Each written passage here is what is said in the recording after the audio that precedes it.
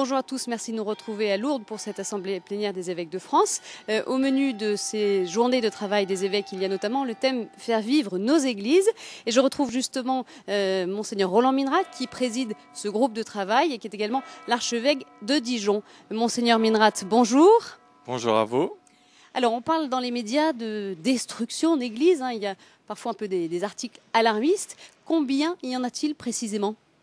Écoutez, les cas de destruction d'églises dans notre pays sont extrêmement rares. Et j'attire l'attention sur le fait que tout naturellement les médias montent en épingle ces cas extrêmement douloureux. On a un chiffre ? Écoutez, depuis 1905, on parle de 144 destructions. Mais il faut dire que nous avons 45 000 églises. Et si on ajoute les chapelles et les sanctuaires, le chiffre peut aller jusqu'à 100 000.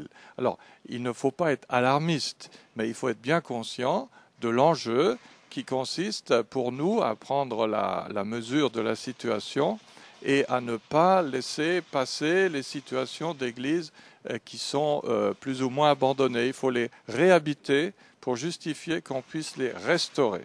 Qu'est-ce que votre groupe de travail préconise concrètement pour l'avenir de nos églises ? La première chose que nous préconisons, c'est de les ouvrir et que les communautés chrétiennes qui sont sur place fassent tout pour les utiliser au maximum, même en l'absence de prêtres. Et c'est le cas dans la plupart de nos communes rurales aujourd'hui.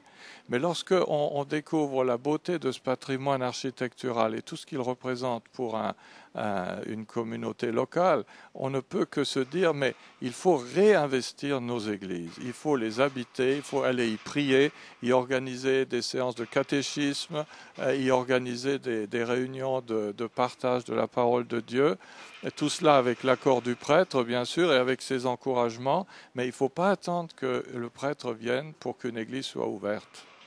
Et les communes, alors, elles n'ont pas tout loisir d'en faire ce qu'elles veulent de ces églises non utilisées ? La loi précise des choses. La loi dit que l'église est affectée exclusivement au culte catholique.